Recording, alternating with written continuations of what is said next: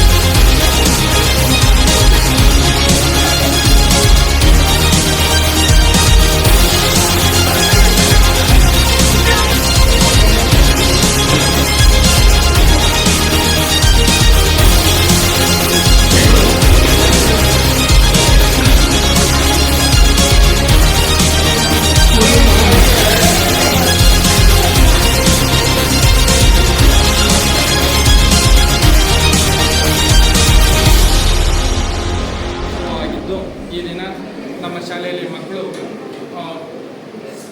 ಶೃಂಗಾರದಿಂದ ಮಕ್ಕಳು ಶಾಲಾ ಸಮವಸ್ತ್ರದೊಂದಿಗೆ ತುಂಬ ಸಂತೋಷದಿಂದ ಆಗಮಿಸ್ತಾ ಇದ್ದಾರೆ. ಈ ದಿನ ಮಕ್ಕಳಿಗೆ ಸಿಹಿ ಊಟದ ವ್ಯವಸ್ಥೆಯನ್ನು ಮಾಡಲಾಗಿದೆ. ಇಲಾಖೆ ವತಿಯಿಂದ ಸರಬರಾಜಾಗಿರುವಂತಹ ಸಮವಸ್ತ್ರ, ಪಠ್ಯಪುಸ್ತಕ ಎಲ್ಲ ವ್ಯವಸ್ಥೆಯನ್ನು ಮಕ್ಕಳಿಗೆ ಇವತ್ತು ವಿತರಣಾ ಕಾರ್ಯಕ್ರಮವನ್ನು ಹಮ್ಮಿಕೊಳ್ಳಲಾಗಿದೆ. ಈ ನಿಟ್ಟಿನಲ್ಲಿ ಶಾಲೆಯನ್ನು ಸ್ವಚ್ಛಗೊಳಿಸಿ ಒಂದು ಅಡುಗೆ ಮನೆ, ಕೊಠಡಿಗಳು ಎಲ್ಲವನ್ನು ಸ್ವಚ್ಛಗೊಳಿಸಿ ಸನ್ನದ್ಧವಾಗಿ ಮಕ್ಕಳ ಒಂದು ದಾಖಲಾತಿಗೆ ನಾವು ದಾಖಲಾತಿ ಪ್ರಕ್ರಿಯೆಯನ್ನು ಮಾಡ್ತಾ ಇದ್ದೀವಿ. ವಿಜಯಪುರ ಪಟ್ಟಣದಲ್ಲಿ ಕನ್ನಡ ಮತ್ತು ಆಂಗ್ಲ ಮಾಧ್ಯಮ ತರಗತಿಗಳನ್ನು ಹೊಂದಿರುವಂಥ ಶಾಲೆ ನಮ್ಮದಾಗಿದ್ದು, ಉತ್ತಮ ಒಂದು ಕಲಿಕೆಯಲ್ಲಾಗಿರ್ಬೋದು, ಪಠ್ಯೇತರ ಚಟುವಟಿಕೆ ಆಗಿರ್ಬೋದು, ಸಾಂಸ್ಕೃತಿಕ ಕಾರ್ಯಕ್ರಮ ಎಲ್ಲದರಲ್ಲೂ ಕೂಡ ಉತ್ತಮ ಒಂದು ಗುಣಮಟ್ಟವನ್ನು ಕಾಯ್ದುಕೊಳ್ಳುತ್ತಾ ಉತ್ತಮ ದಾಖಲಾತಿಯನ್ನು ಹೊಂದಿರುವಂಥ ಶಾಲೆ ನಮ್ಮದಾಗಿದ್ದು, ಈ ನಿಟ್ಟಿನಲ್ಲಿ ನಮ್ಮ ಶಾಲೆ ಒಂದು ಉತ್ತಮ ಶಾಲೆಯಾಗಿದೆ.